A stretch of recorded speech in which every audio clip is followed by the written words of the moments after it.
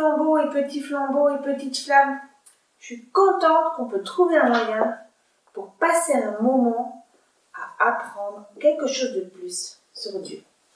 Alors, je vous propose qu'on regarde ensemble une histoire. C'est parti! L'histoire du roi David s'est déroulée il y a très longtemps, il y a environ 3000 ans. À cette époque, c'est Samuel qui était prophète en Israël, et Saül était le roi du pays. Mais un jour, le Seigneur dit à Samuel: « Prends une corne que tu rempliras d'huile, et pars. Je t'envoie auprès de Jessé de Bethléem, car j'ai vu parmi ses fils mon roi. » Un roi? Mais Seigneur, comment faire? Le roi Saül va le savoir, et il me tuera. Ne t'inquiète pas, Samuel. Quand tu seras chez Jessé, je t'indiquerai moi-même ce que tu dois faire. Tu verseras l'huile sur la tête de celui que je te désignerai, et il me sera alors consacré. Samuel fait ce que le Seigneur lui a demandé. Il prend de l'huile, et il part à Bethléem. Ah, le voici enfin arrivé. Mais c'est le prophète Samuel. Bonjour Samuel, pourquoi donc viens-tu chez moi? Que se passe-t-il? Bonjour Jessé. Je suis venu car Dieu m'a demandé de consacrer l'un de tes fils. J'ai donc apporté de l'huile, et je lui mettrai sur la tête tout à l'heure. Jessé fait donc appeler ses fils. Je te présente Eliab. Oh, il est bien grand. C'est sûrement lui qui recevra l'onction du Seigneur. Non, Samuel, ne considère pas son apparence ni sa haute taille. Ce n'est pas lui que j'ai choisi. Moi, Dieu, je ne regarde pas l'apparence, je regarde le cœur. Jessé présente ainsi à Samuel ses 7 fils. Abinadab, Shamma, et puis les autres. Écoute, Jessé, le Seigneur n'a choisi aucun de ceux-là. N'as-tu pas d'autres garçons? Oh si, il reste encore le plus jeune, il est en train de garder le troupeau. Bon, d'accord, alors envoie-le chercher. Jessé le fait donc appeler.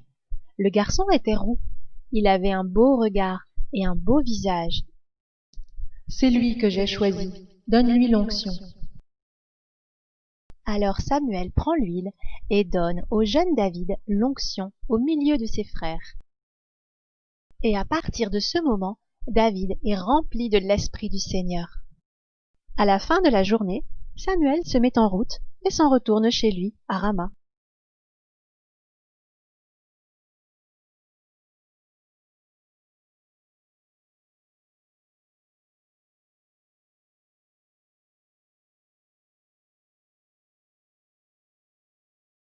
Cette histoire nous parle de David. Sûrement, vous connaissez l'histoire de David contre Goliath. Et là, on voit un David fort. Mais dans mon histoire aujourd'hui, on voit un David enfant. Et Samuel est envoyé pour oindre David, pour que David soit le futur roi. Et Samuel, il arrive dans cette famille, et puis il ne se dit pas que ça peut être David, le futur roi. Même le papa de David, il ne se dit pas que ça peut être lui. Parce que David, il a des grands frères forts, courageux, et pour être un bon roi, c'est ce qu'on attend. Mais non, Dieu, il choisit David. Il choisit David parce que Dieu, il est persuadé, il sait que David saura faire et sait déjà faire de grandes choses. Il l'a déjà vu à l'œuvre en tant que berger, et il a déjà vu combien David l'aime, et il sait que c'est David qu'il faut choisir. Parfois, nous, dans la vie, on voit les gens, les autres, à travers des lunettes de star. Et quand on met les lunettes de star, il y a comme un voile qui nous empêche de bien voir. À travers les lunettes de star, on voit le côté star des gens.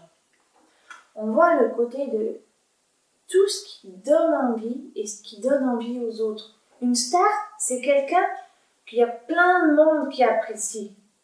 Et parfois, on aime une star juste parce qu'on dit non, mais s'il y a plein de monde qui l'apprécie, c'est qu'il doit être super bien.